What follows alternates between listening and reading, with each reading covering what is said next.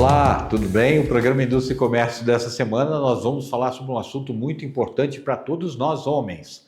O assunto é tratamento da próstata, algo muito importante. E vemos atrás de uma referência não só aqui no Paraná e Santa Catarina, como no Brasil, Dr. Ademir Moura.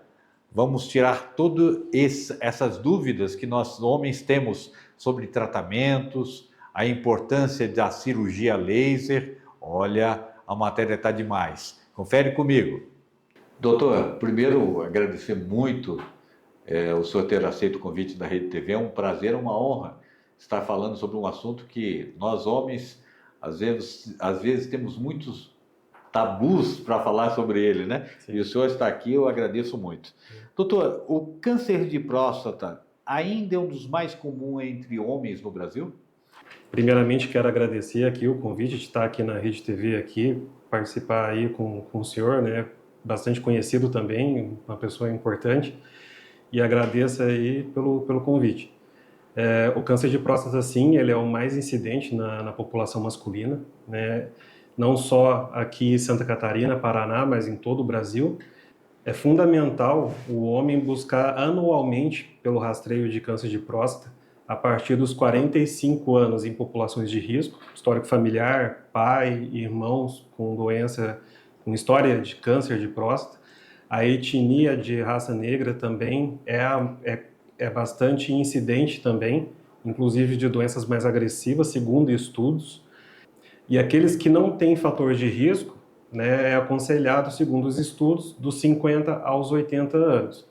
O Novembro Azul, que é grande e importante aí na conscientização, né, dos homens buscarem por consultas, né, buscar o seu urologista, quebrar com esse certo preconceito, essa vergonha de buscar o médico. Hoje em dia também tem urologistas mulheres também, né? Então, independente, é importante buscar para não deixar muito para frente e já ficar difícil o tratamento e as sequelas de uma doença mais agressiva. Infelizmente, alguns, quando buscam, já está muito avançado e já não tem muito mais o que fazer, entre aspas. Então, vamos falar sobre os exames, doutor. Exame de PSA ainda é o principal método de rastreio? Sim. O PSA, né, ele é uma substância, uma proteína produzida pela próstata, e nós, urologistas, quantificamos a quantidade do PSA no sangue, até mesmo para a gente fazer o rastreio de câncer. É importante salientar que o PSA está aumentado não só no câncer de próstata, mas em doenças benignas também, como na hiperplasia prostática benigna, e também na prostatite, né, no caso assim, de infecções da próstata, por exemplo. Então, o PSA ele é importante, mas a gente tem que lançar outros comemorativos também para complementar o diagnóstico. Doutor, e qual é a importância da combinação entre o PSA e o toque retal? O PSA sozinho, ele muitas vezes ele não é o suficiente. Muitos estudos, inclusive uma meta-análise internacional, ele tem assim colocado em pauta sobre a eficácia do toque retal. Mas o toque retal em combinação com o PSA, ele favorece maior sensibilidade ao diagnóstico. Muitas vezes o PSA pode estar um pouquinho abaixo, né, do que o limite ali desejável, que o paciente pensa que está ok, mas que no toque tem uma consistência mais rígida, uma nodulação, e aí pode ser uma suspeita para o câncer de próstata, que é aí onde a gente indica a biópsia para daí comprovar se é um câncer ou não. Houve aumento, doutor, na procura por homens em exames? Sim, a procura foi aumentando. Cada ano que se passa, graças às políticas públicas de informação, de propaganda, tem, cada ano que se passa, um aumento do número das consultas e procura. Doutor, qual é o período que as pessoas precisam fazer o diagnóstico? O rastreio do câncer de próstata ele é feito anualmente, dos 50 aos 80 anos, e em populações com fatores de risco, né, a partir dos 45 anos. Então, anualmente, é feito o exame do PSA, toque retal. Claro, se você tem um acompanhamento mais ativo daquele paciente, o PSA mantendo estável, dependendo também, somado com o exame da ressonância, pode-se dispensar o toque retal, dependendo do caso, mas anualmente esse exame ele tem que ser feito. Doutor, a combinação do PSA mais ressonância magnética, ela aumenta a precisão e reduz a necessidade de biópsias? A ressonância ela é extremamente importante. Obviamente que a gente não solicita para todos, até porque até pelo custo, né, que é muito caro também, mas ela aumenta a sensibilidade porque ela consegue identificar alguns nódulos que são suspeitos, né, para o câncer, que daí tem a classificação PIRADS, né, dentre elas ali a gente chama a atenção para um nódulo suspeito, correlacionado com o valor do PSA, a gente indica ou não a biópsia. Né? Então, o tratamento é individualizado. A gente vê a idade do paciente, né, o exame PSA, toque, mas tomando em questão só o PSA, a ressonância ela complementa, né, o valor ali, a aferição do PSA, mas também assim a gente tem que individualizar o tratamento para ver se é necessário de fato a biópsia ou não, porque muitas vezes tem pacientes que têm um PSA muito elevado, que já chama atenção para um câncer de próstata, ressonância, que inclusive já teve pacientes meus que tinham uma ressonância que não tinha nenhum nódulo suspeito, indiquei a biópsia em virtude da história dele, suspeita, histórico familiar, por exemplo, pedi a biópsia e veio lá o câncer de próstata identificado. Agora, doutor, essas novas tecnologias, elas já estão disponíveis no Sistema Único de Saúde ou apenas na rede privada?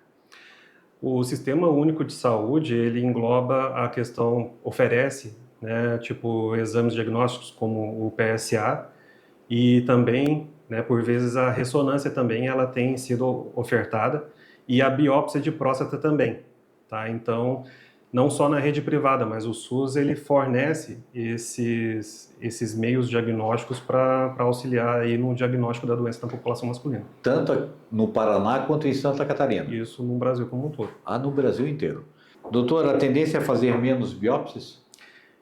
Isso é uma pergunta curiosa, porque todo ano tem aumentado o número de pacientes em busca de rastreio de câncer.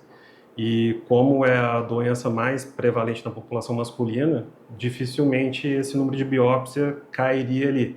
Assim como foi falado que a ressonância pode vir sem um nódulo suspeito, mas pelo histórico, anamnese, exame físico, né, o histórico individualizado, personalizado de cada paciente, acusa ali a necessidade de biópsia. Então, diminuir a taxa de biópsia de próstata, isso aí seria mais difícil. Doutor, sabemos que o senhor é uma referência e respeitada no Brasil inteiro. E aqui no Paraná e Santa Catarina, o senhor é um dos mais procurados. Eu digo isso querendo saber um pouquinho mais sobre a sua trajetória na medicina. O senhor se formou quando e como? Então, eu, né, Ademir, nasci em Minas Gerais, fui para... O senhor é mineiro? Sou mineiro. Sou mineiro. Eu fui para Curitiba para fazer faculdade, né? Fiz ali de 2008 a 2014. 2014 eu me formei, foi onde daí eu fiz a minha residência de cirurgia geral aqui em Santa Catarina, na cidade de Joinville, no hospital regional. E aí eu voltei para Curitiba, porque tinha a maior parte dos meus contatos profissionais, né, amigos também. E aí acabou que trabalhei, estudei, e aí fiz a residência de urologia, né, no Hospital Mackenzie, em Curitiba. Isso aí de que ano nós estamos falando, doutor? O senhor não escolhe com essa carinha, não. 2021 a 2024. Ah, perfeito. Sim. Aí, de lá para cá, então, eu tenho atuado mais na área da urologia geral, né, que é a parte que eu mais gosto, assim, de trabalhar com urologia como um todo, atendo não só as doenças malignas também, mas doenças benignas também, que como falar do PSA aumenta muito na hiperplasia prostática, né, o carro-chefe da urologia é as doenças da próstata, né. Então, a gente opera muito cirurgia a laser da próstata, né, a enucleação endoscópica da próstata. É importante falar um pouquinho sobre essa cirurgia laser. O povo quer saber um pouquinho mais, porque a preocupação deles é o quanto menos invasivo, melhor, né? O que é a cirurgia laser? Como ela funciona? A cirurgia endoscópica, né, da próstata laser, ela é uma cirurgia moderna, né, atual, assim, uma das mais procuradas e bem mais indicadas, é o padrão ouro, né, para cirurgia, até porque ela evita até mesmo próstatas muito grandes, que nem assim acima de 70, 80 gramas, que a gente indicaria uma cirurgia por corte, abrir, né, fazer um corte na barriga, abrir a bexiga. A gente faz tudo pelo canal. A gente nucleia a próstata com um laser, né, o home laser, e aí, enucleando a próstata, esse adenoma, né, a massa vai para dentro da bexiga, a gente entra com outro aparelho que tritura, aspira e cauteriza ali os pontos que estiverem sangrando. O paciente muitas vezes vai para casa no dia seguinte, sem sonda, sem sangramento. Obviamente, cada caso é um caso. Tem pacientes que têm que ir para casa com sonda, casos que demoraram para buscar tratamento. Mas isso aí é um ponto isolado ou outro, mas a maioria tem um sucesso muito efetivo, os pacientes estão muito satisfeitos e está sendo um sucesso. Como o senhor é o novo colunista da Rede TV aqui do programa Indústria e Comércio, vai discorrer de assuntos ligados à urologia a cada 15 dias conosco, seja muito bem-vindo. Obrigado. E que eu sei que tem outros assuntos, aumento peniano, o povo, falando em aumento peniano, o povo já está assim com a orelha, vai falar semana que vem. E eu tenho certeza que o senhor é muito bem-vindo, será uma grande participação nossa, a audiência vai aumentar, provavelmente, tá? E eu quero que o senhor deixe um recadinho ao público que está assistindo. Sim. E meus agradecimentos. Muito obrigado, viu, doutor? Não, eu que agradeço, foi um prazer enorme, assim. Então, aí embaixo vai estar um QR Code aí que pode direcionar para a nossa clínica, né, local de atendimento, endereço também, que está aqui embaixo. E quem tiver curiosidade, quiser marcar uma consulta, querer se informar mais aí, pode me procurar que estou aqui disponível, aqui à disposição para ajudar no que for possível.